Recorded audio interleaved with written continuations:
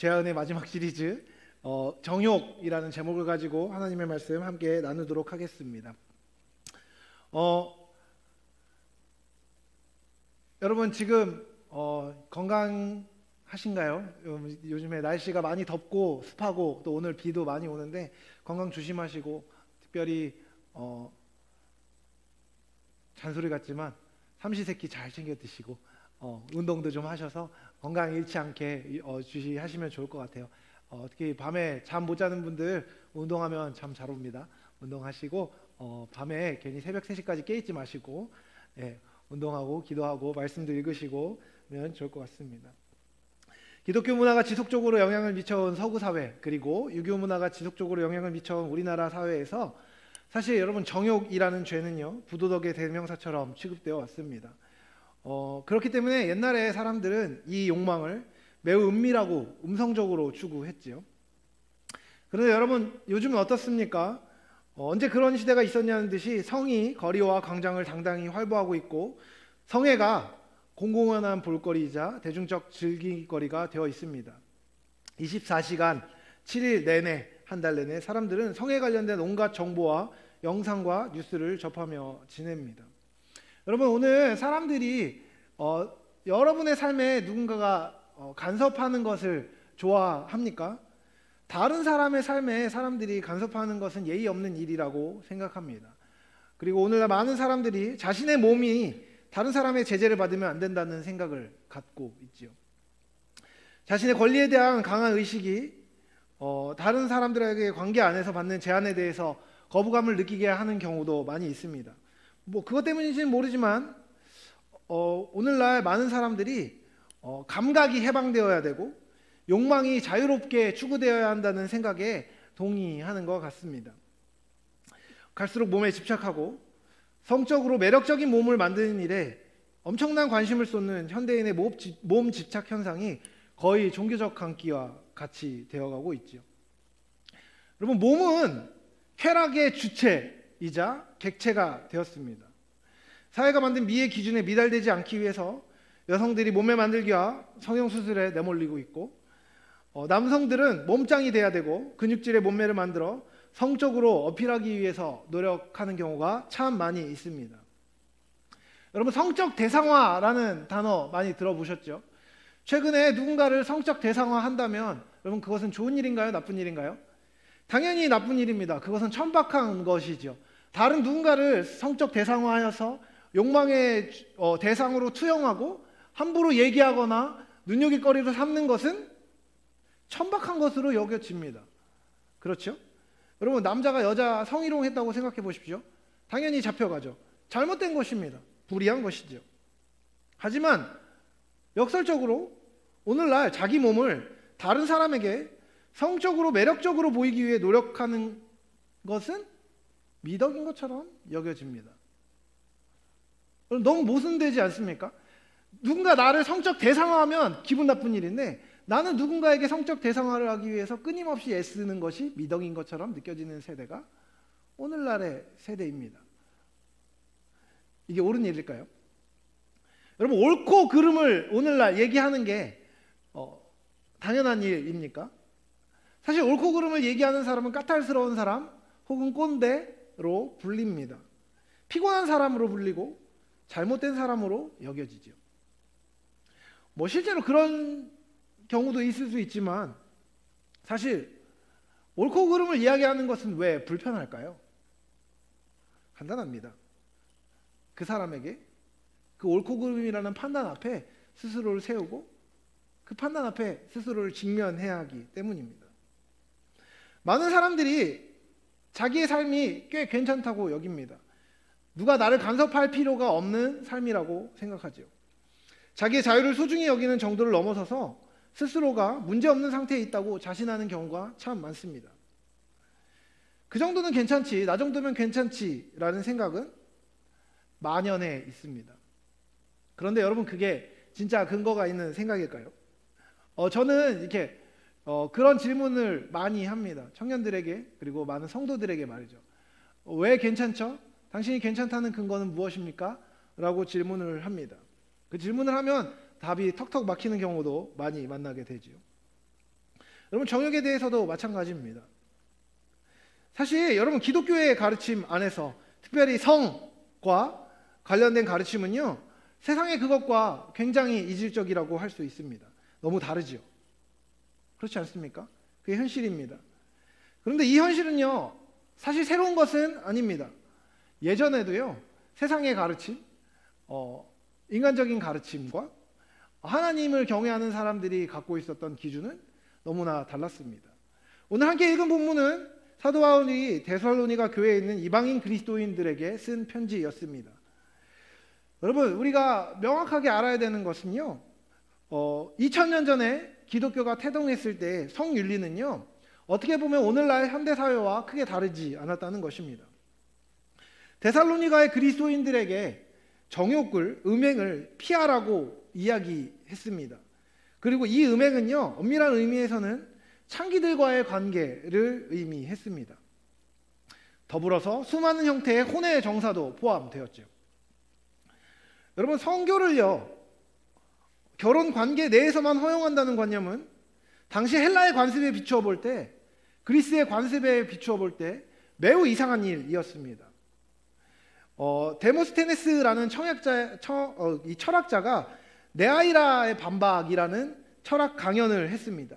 이 강연에서 덕목 있는 시민이 어떤 성생활을 하는가에 대해서 이렇게 묘사했습니다.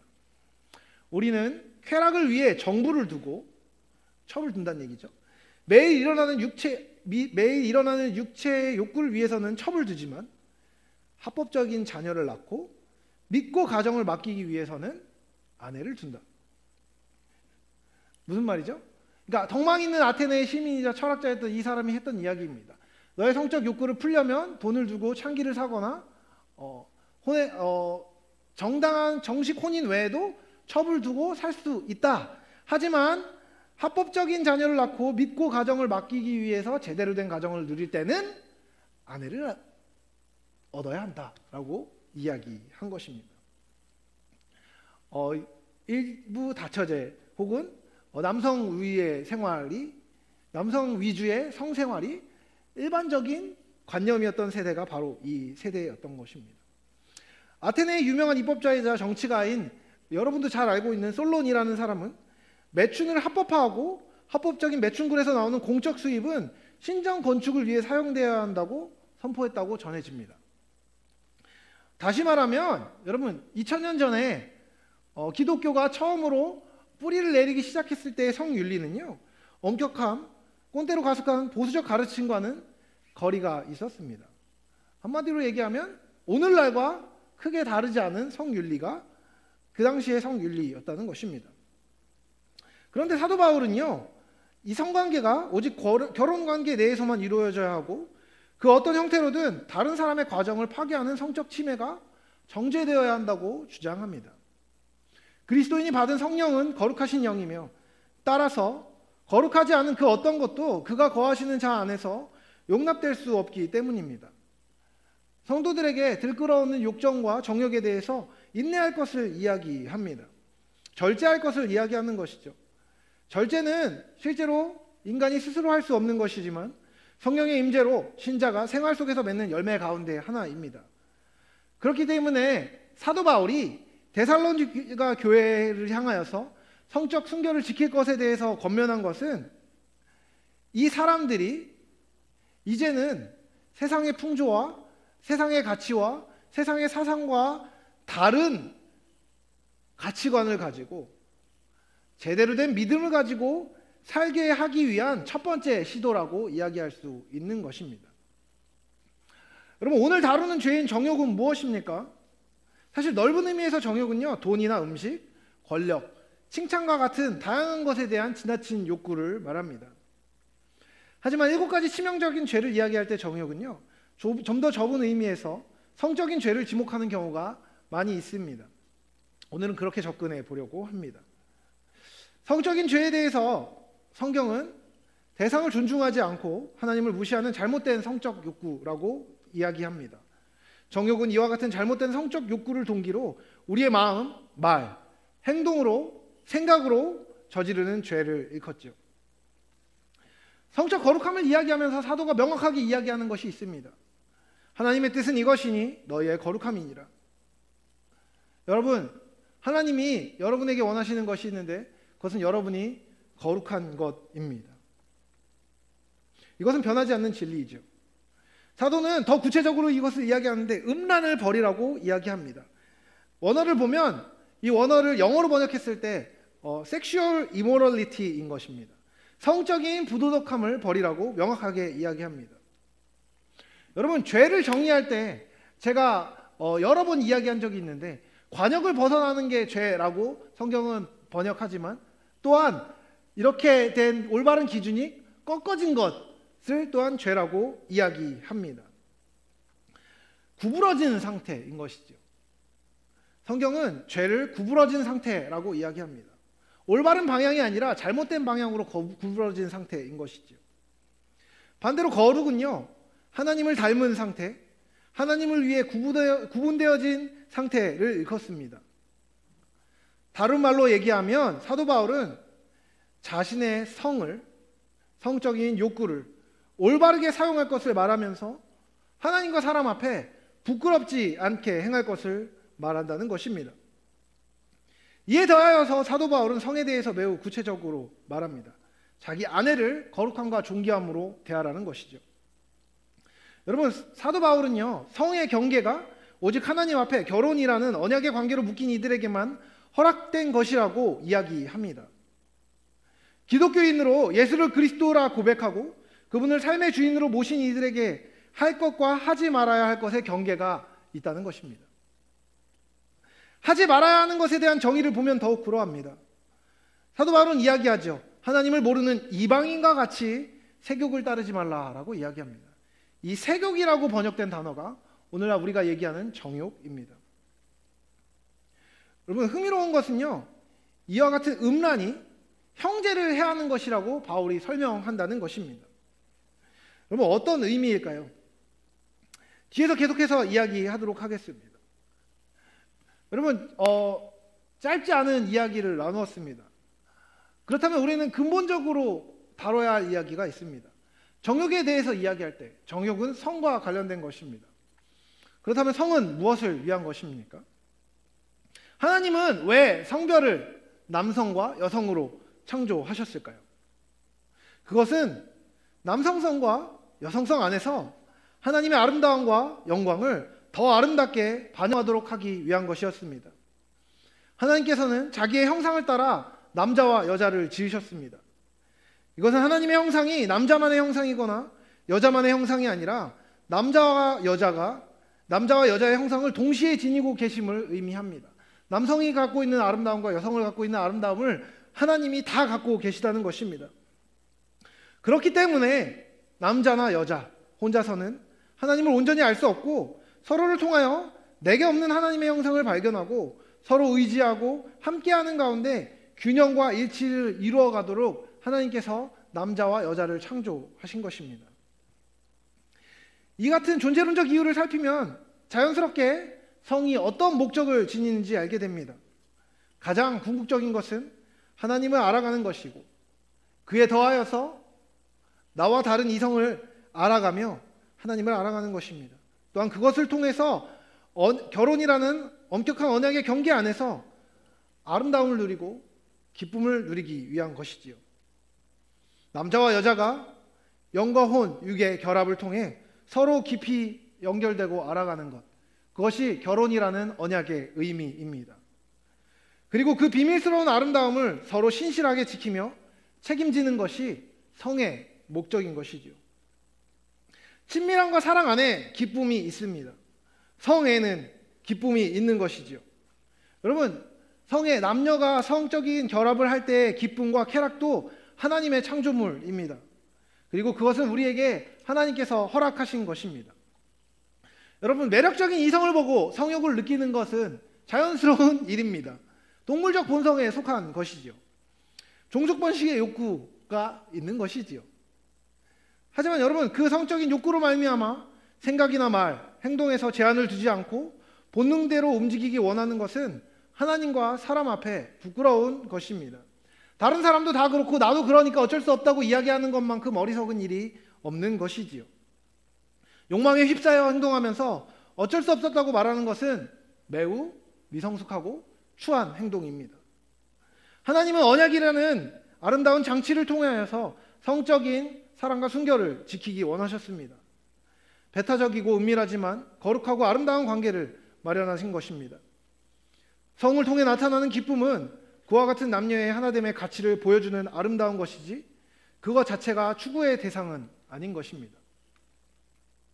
여러분, 성욕은 죄입니까? 거듭 말씀드리지만 죄가 아닙니다. 그것은 인간의 본능 안에 있는 것입니다. 하지만 그것은 제한이 있습니다. 하나님께서는 명확하게 그 법을 창조하셨죠. 여러분, 이렇게 이야기할 때 사실 커다란 장애물이 되는 것이 있습니다. 그것은 성경 안에 우리가 알고 있는 수많은 성경의 인물들이 성적인 부도덕함을 저질렀다는 것입니다. 부도덕의 죄가 성경 안에 너무나 많이 있습니다. 저는 그것을 인정합니다. 하지만 그것은 하나님이 기뻐하신 결과가 아니라 인간의 죄의 결과입니다. 그와 같은 죄가 성경에 있으니까 나도 똑같이 하겠다고 얘기하는 것은요, 바보 같은 짓입니다. 하나님을 최고로 여기는 삶, 특별히 한 남자와 한 여자가 신실함과 사랑을 가지고 함께 알아가며 하나님으로 말미암은 기쁨을 누리는 삶이 하나님이 기뻐하시는 삶입니다. 특별히 청년의 때, 젊음의 때에 있는 여러분에게 제가 권면합니다. 한 남자와 한 여자가 좋아하게 되고 사랑하게 되고 아름다운 관계를 맺어가는 것은요, 너무나 좋은 일이고 아름다운 일입니다. 하지만 그 아름다움의 깊이를 여러분이 임의로 확장하지 마십시오. 적어도 여러분이 그리스도인이라면 말입니다. 결혼하기 전까지, 언약으로 묶이기 전까지 여러분의 관계는 법적으로, 언약적으로 사실은 아무것도 아닌 것입니다. 오늘날의 세대는요, 연애만 하면 다 할 수 있는 것처럼 여깁니다. 제가 인터넷에서 한 글을 보게 되었는데 굉장히 재미있는 글이었습니다. 제가 여러분에게 소개하고 싶어서 카톡에다가 남겨놨습니다. 지금의 사회적 분위기와 문화가 연인의 관계를 부부과의 관계처럼 생각합니다. 부부 사이에서만 일어날 수 있는 일을 연애 때도 할 수 있기 때문에 결혼일이 줄어든다고 이분은 생각하는 것 같아요. 왜냐하면 결혼 전에도 성욕을 얼마든지 풀 수 있는데 굳이 결혼까지 해서 어려운 과정을 겪어야 하냐라는 생각이 요즘 팽배합니다. 여러분, 연인이라는 특별한 관계로 묶여 있으면 사회적 분위기 때문에 소위 말하는 거룩함을 지키기가 쉽지 않습니다. 하지만 여러분, 기억하십시오. 하나님께서 우리에게 허락하신 경계와 관계의 폭은요, 다른 사람을 위한 것이 아니라 우리의 기쁨과 우리의 아름다움을 위한 것입니다. 여러분, 제가 이렇게 말하는 것을, 이렇게 말씀을 적어놓고 제가 확실하게 알고 있는 게 있습니다. 여기 있는 사람의 적어도 절반 이상은 제가 말하는 게 말이 안 된다고 생각할 것이라는 생각입니다. 누군가는 이게 너무나 구시대적이고 보수적이고 어리석고 꼰대 같은 것이라고 이야기할지 모르겠습니다. 여러분, 근데 그거 아십니까? 이것은 구시대적인 것이 아닙니다. 왜냐하면 구시대에도 이런 생각이 소수였기 때문입니다. 이전 세대에도요, 성의 제한성을 얘기하고 마음을 지키고 생각을 지키고 몸을 지키라고 이야기하는 것은요, 아주 소수였습니다. 몇몇 도덕적으로 엄격한 사상의 체계 안에서 이것은 분명한 성에는 제한될 것이 규정되었습니다. 여러분, 근데 그거 아십니까? 하나님을 알지 못하는 사람들조차도 진리의 편리 안에서 성의 잘못된 사용에 대하여서 경계하였습니다. 성은 올바른 경계 안에서만 허락된 것이며 사람이 임의로 자신의 본성 안에 있는 대로 하는 것이 옳은 것이 아닙니다. 만약 이것을 사역자인 제가 현상하게 맞지 않는 시대착오적인 것이라고 말한다면 저는 그것을 인정할 수 있을 것 같습니다. 그렇습니다. 이 시대의 정신과 기독교의 정신은 다릅니다. 어긋나겠죠. 하지만 여러분, 이 시대의 정신에 속하는 것이 창조주 하나님과 그 하나님을 알도록 하신 예수 그리스도를 우리로 알게 하시는 성령님을 근심하게 하시는 것이며 그분 밖으로 인도하는 것이라면 저는 단호하게 거절하겠습니다. 만약 여러분이 그것이 옳다고 여긴다면 그 시대에 머물도록 하십시오. 하지만 여러분, 그 시대의 정신에 머무는 것은요, 천국과 상관없는 삶입니다. 여러분, 예수님이 죄인의 친구였다고 누군가가 이런 말을 할 때 꼭 이야기합니다. 예수님은 죄인의 친구였고, 세리의 친구였고, 창기의 친구였고, 죄인들과 함께 하시던 분이었다. 그런데 왜 그렇게 죄에 대해 정죄하느냐라고 누군가는 이야기할지 모르겠습니다. 죄송한 말씀이지만 예수님께서 죄인들의 친구가 되신 이유는요, 그들의 죄가 아니었기 때문이 아니라 그들의 죄에서 진리로 돌이켜서 아름다운 삶을 살게 하기 원하셨기 때문입니다. 죄가 괜찮은 상태였기 때문에 죄인의 친구가 된 것이 아니라, 죄가 비참한 상황이었기 때문에 죄인들의 친구가 되어 죄로부터 선으로 인도하기 위한 것이었다는 것입니다. 여러분, 제가 결혼하고 아내와의 관계 안에서 성애의 관계를 맺고 결혼을 하고 성에 대해서 알아가면 알아갈수록 제가 아는 것이 있습니다. 이것은요, 배타적인 관계 안에서만 허락되어야 하는 것입니다. 서로를 신뢰하고 사랑하는 관계 안에서 허락되지 않으면 이것은 다른 사람의 불행을 만들어내는 일이 될 것입니다. 여러분, 소위 말해서 누가 정력이 좋다, 누가 정력이 안 좋다, 이런 이야기하면서 남자들이 자랑을 하고 소위 말하는 속궁합에 대해서 오늘날 이야기하는 경우가 너무나 많습니다. 제가 갑자기 이 얘기를 해서 당황하셨습니까? 여러분, 속궁합이라는 것들이 무슨 이야기입니까? 이 남자 저 남자, 이 여자 저 여자랑 자보고 제일 많은 기쁨이 있고 제일 많은 성적인 쾌락이 있는 사람의 관계가 좋은 관계라고 이야기한다는 것입니다. 여러분, 그거 아십니까? 비교할 수 있는 대상이 생기면 무언가가 더 우월할 수 있고 무언가가 더 열등할 수 있겠지만, 하나님께서 이 관계를 비밀스럽게 허락하신 이유는 그 하나의 관계 안에서 충분한 기쁨을 누리고 서로를 향한 신실한 사랑 안에서 단순한 육체의 쾌락이 아니라 마음과 생각이 연결되고 마음과 몸이 연결되고 그 관계의 신실함을 지켜나가며 결혼을 책임있게 행하도록 하기 위한 것이라는 것입니다. 착각하지 마십시오. 성은 우리를 위한 도구가 아닙니다. 하나님의 영광을 위한 것이며 하나님이 우리에게 결혼의 관계 안에서 기쁨을 누리도록 하기 위한 장치일 뿐이지, 쾌락은 인간이 마땅히 누릴 수 있는 권리가 아닌 것입니다. 오늘날 시대의 정신은 성에 솔직하라고 이야기합니다. 저도 하나님의 사람으로서, 예수 그리스도를 믿는 믿음의 사람으로서 말할 수 있는 것이 있습니다. 우리는 하나님 앞에 성에 솔직해야 합니다. 왜 그렇습니까? 우리는 성적인 욕망을 가진 존재이기 때문입니다. 그럼 우리에게 성적인 유혹이 만연한 세대에 살고 있다는 것은 그만큼 그 유혹에 넘어가기 쉬운 상황에 있음을 의미합니다. 그렇기에 우리는 이와 같은 정욕을 물리쳐야 합니다. 여러분, 정욕을 물리친다는 것은 극단적인 금욕주의를 이야기하는 것이 아닙니다. 흥미롭지요? 하나님을 바라보며 그분이 허락하신 상황 안에서만 나의 몸과 마음을 참된 것을 위하여 절제하고 헌신하겠다는 결단인 것입니다. 그러나 그와 같은 마음을 가지고 있어도 우리에게는 많은 유혹이 있죠. 이것을 어떻게 이겨야 합니까? 먼저는 정직하고 투명해야 합니다. 우리가 정욕을 가진 존재이고 성적인 욕망을 가진 존재임을 인정하고 유혹의 상황에 도처 있으며 이것을 이길 힘을 우리가 갖고 있지 않음을 인정해야 합니다. 하나님 앞에 정직하게 서서 스스로를 바라보아야 합니다. 여러분, 그렇지 않습니까? 저는 여자가 돼본 적은 없어서 모르겠는데요, 남자인 저는요, 성적인 유혹 앞에 매우 연약한 존재입니다. 보는 것에 너무나 연약하고요, 듣는 것에 연약하고 누군가가 만지기만 해도 유혹을 느낄 수 있는 연약한 존재입니다. 나만 그래요? 뭔가 나만 쓰레기로 만드는 것 같은 그런 안타까운 상황, 그렇죠? 우리가 다 그렇지 않습니까? 우리 안에 연약함이 있다는 걸 우리는 스스로 인정해야 합니다. 여러분, 그거 아십니까? 저는 진짜 그렇게 믿는데요, 옛날에는 어린 적에 결혼했습니다. 18세, 19세에 결혼했죠. 이몽룡과 성춘향이 연애했던 시기가 10대 중후반이었다고 얘기해요. 제가 육아를 하면서 그 사실을 알게 되었습니다. 아, 그게 성경적인 거구나. 왜요? 여러분, 20대 때는 밤을 꼴딱 새도 상관없는데 30, 40대가 되어서 아이를 기르면서 밤을 새면 다음날을 지낼 수가 없습니다. 근데 흥미롭게도 어저께 제가 예진이를 만났는데 예진이는 전날 밤을 꼴딱 새고 와가지고 잠을 한숨도 자지 않았는데 커피 한 잔만 마시면 하루를 지낼 수가 있습니다.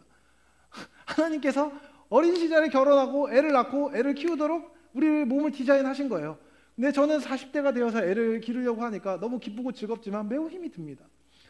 여러분, 오늘날의 시대의 정신은요, 우리의 육신의 그 실제로 있는 우리의 생체학적 시계와 다른 시간을 살도록 사회가 디자인되어 있습니다. 그리고 실제로 성욕이 불뚝불뚝 올라오는 시기에 결혼을 하고 배우자를 찾지 못하는 시기가 오늘날의 시기인 것이죠. 그러다 보니까 우리의 생물학적인 상황과 여러 가지 상황들이 우리로 하여금 유혹 가운데 더 참기 힘들게 만드는 것이 있습니다. 그런 상황에 있음을 먼저는 인정해야 합니다.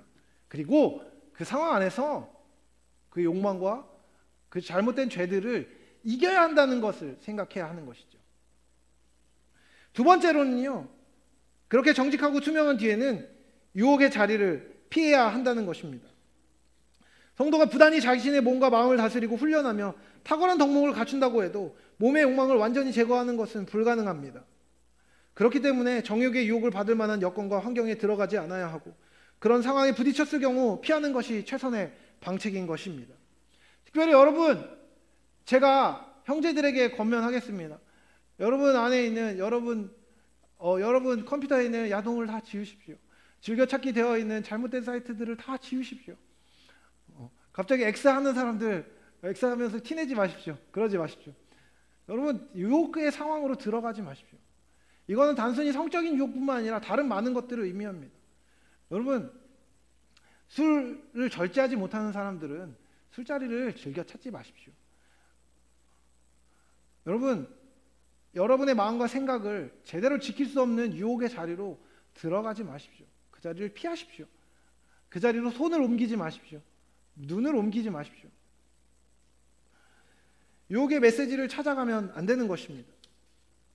세 번째로는요, 여러분, 세상의 거짓 메시지를 분별하십시오. 이게 얼마나 힘든지 알고 있습니다. 저는 일주일에 한 번 설교하는데 여러분은 일주일에 7일 동안 온갖 음란한 것과 잘못된 기준에 노출될 것입니다. 여러분, 요즘에 뭐 하트 시그널이네, 뭐네, 뭐죠, 무슨 하여튼 요즘에 뭐가 많던데요. 그렇죠? 뭐 돌싱들 연애하는 것도 있고, 뭐 2억 9천만 원짜리 따야 되는 것도 프로그램도 있고, 뭐 이런저런 프로그램이 많은 것 같습니다. 연애하고 사랑을 찾고 육신의 욕망에 솔직하고 음담패설을 하면서 즐거워하고 부끄러워하지 아니하고 그 정도는 괜찮다고 얘기하면서 소위 말해서 색드립을 날리고 그런 자리에서 즐거워하고 있다면 그럼 그것이 하나님이 기뻐하시지 않는다는 것을 기억하십시오. 여러분, 오늘날 육체의 사랑과 정욕 그리고 자신의 욕망을 절제하지 않는 것을 열정이라고 얘기하고 사랑이라고 이야기합니다. 여러분, 그와 같은 메시지는 거짓입니다. 거짓 메시지가 모든 부분에 있어서 거짓인 것은 아닙니다. 오히려 약간 부분의 진실을 담고 있습니다. 하지만 여러분, 오늘날의 거짓 메시지는요, 끝에 진리에 도달하지 못하게 하는 교묘한 거짓말이 있습니다. 제가 인터넷 사이트 같은 것들을 많이 보는데 사실 제가 제일 열받는 것 중에 하나는 뭔지 아십니까? 남녀가 책임 있는 남녀라면 충분히 즐기고 그 즐긴 것에 대해서 다른 사람에게 부담을 남기면 안 된다는 이야기를 합니다. 그리고 여성의 해방을 이야기할 때 성을 즐겁게 즐기되 여자는 왜 임신을 해서 애를 낳고 그것 때문에 피해를 봐야 하는데 피임을 함부로 하지 못하냐, 뭐 이런 이야기를 할 때 열통이 터집니다. 말도 안 되는 이야기인 것이죠. 여성의 성적 주체성, 여러분, 그것을 이야기하는 전제 자체가 잘못된 것입니다. 남성과 여성은요, 다 성적으로 주체적인 존재입니다. 그리고 남성과 여성 안에 하나님이 허락하신 경계 안에서 성적인 관계가 이루어지면요, 남성의 책임, 여성의 책임을 이야기할 이유가 없습니다. 남녀가 하나 되어서 결혼이라는 언약 관계 안에서 책임을 지는 것입니다. 자신의 몸을 쾌락에 던지거나 자기 마음대로 행하는 것이 죄라는 생각은 하지 않은 채 남자, 여자의 성적 자기정체성을 이야기하는 것은 잘못된 것입니다. 낙태에 대해서 이야기할 때 여러분, 잘못된 범죄와 성적인 폭력으로 말미암아서 여성이 피해를 입은 경우에 임신을 중절하는 것과 남성과 여성이 자신의 성적인 욕망을 위하여서 마음대로 행하다가 여성이 임신한 것까지 똑같은 것으로 여기는 것, 성경적이라고 생각하지 않습니다. 아니, 성경적이지 않습니다. 잘못된 것이지요. 죄와 죄가 싸우는 것밖에는 되지 않는 것입니다. 그것은 이야기하는 전제 자체가요, 우리가 함께 할 수 있는 이야기가 아닌 것입니다. 세상의 거짓된 메시지를 분별하십시오. 잘못된 것입니다.